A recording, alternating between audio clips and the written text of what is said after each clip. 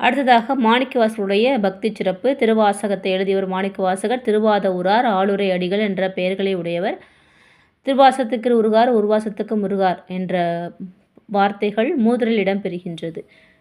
பாடல். நமச்சிவாயம் வாழ்க, நாதன் தாள் வாழ்க, இமைப்பொழுதும் நெஞ்சுள் நீங்காதான் தாள் வாழ்க, கோக்கொழி ஆண்ட குருமனிதன் தாள் வாழ்க, ஆகமம் ஆகி நின்று அன்னிப்பான் தாள் வாழ்க, ஏகன் அநேகன் இறைவன் அடி வாழ்க, வேகம் கெடுத்தாண்ட வேந்தன் அடி வெல்க, பிறப்பருக்கம் பிஞ்சகன் பெய்கழல் வெல்க, பிறந்தார்க்கு சேயோன் தன் பூங்கழல்கள் வெல்க, கரங்குவார் உள்மகிழும் கோன் கழல்கள் வெல்க, சிரம் குவிவார் ஓங்குவிக்கும் சீரோன் கழல் வெல்க. பாடலின் பொருள்.